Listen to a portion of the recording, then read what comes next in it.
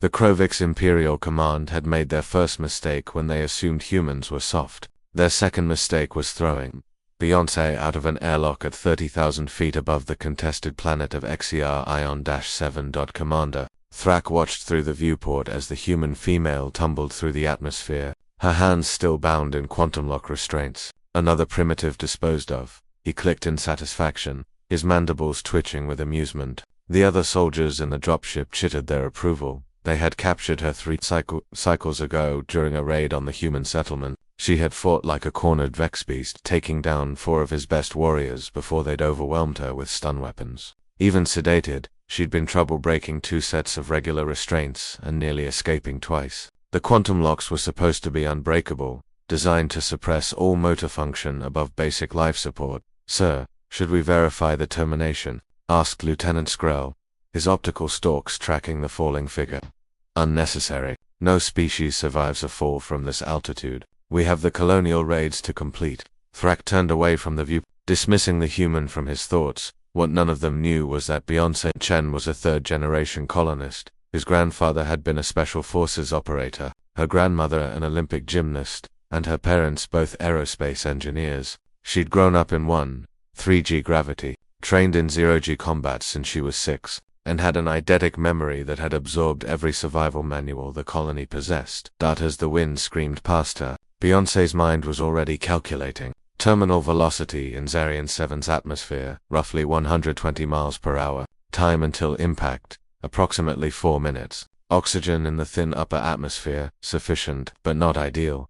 She'd felt the quantum locks deactivate the moment she'd left the ship's field dampener. The Kroviks didn't know, or perhaps didn't care, that their restraints required a powered field to function. She'd noticed it during transport, filed the information away, her hands came free. Beyoncé spread her body into an arch, controlling her descent. Her mind raced through the geometry of survival. She'd jumped from aircraft before in training, but never without equipment, never from this height. But humans had survived worse. Vesna Volovio fell 33,000 feet and lived. Nicholas Alchemade fell 18,000 feet into a snowbank and walked away. She just needed to be smarter, faster, and more stubborn than physics wanted her to be. 2,000 feet below, she spotted what she needed. A massive fungal forest that the colonists called the Sponge Woods. The enormous mushroom-like structures grew to heights of 300 feet, their caps wide and fibrous, designed by evolution to catch and distribute spores on the wind.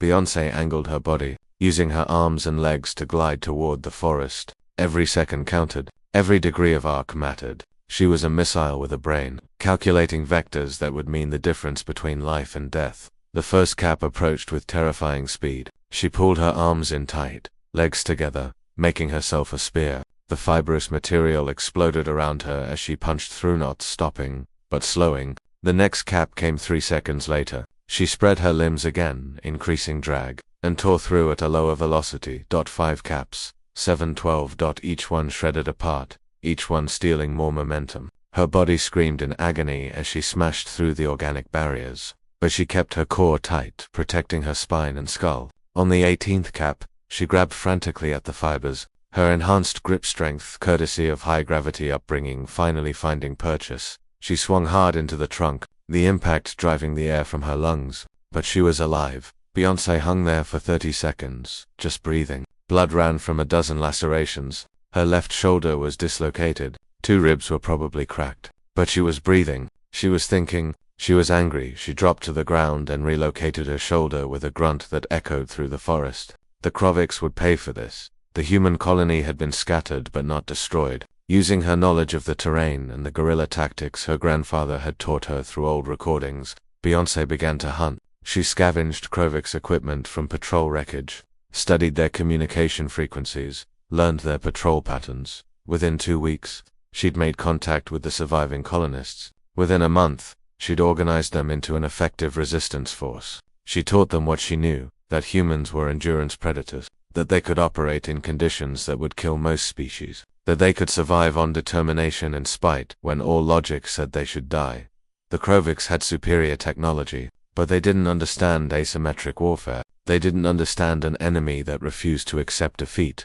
3 months after being thrown from the dropship, Beyoncé stood in the captured Krovik's command center, face to face with Commander Thrak. He was on his knees, his ship burning in the atmosphere above them. His invasion force routed by colonists using improvised weapons and tactics that the Krovik's military doctrine had no answer for. "You," Thrak whispered, his translator making his shock palpable. "You were terminated. I saw you fall." Beyoncé smiled coldly.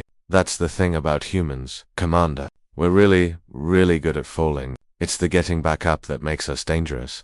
When the Galactic Council arrived to mediate, they found the Krovik's force imprisoned by the colonists and a single human female who'd somehow survived a fall that should have been impossible, then orchestrated a military victory that by all calculations shouldn't have succeeded.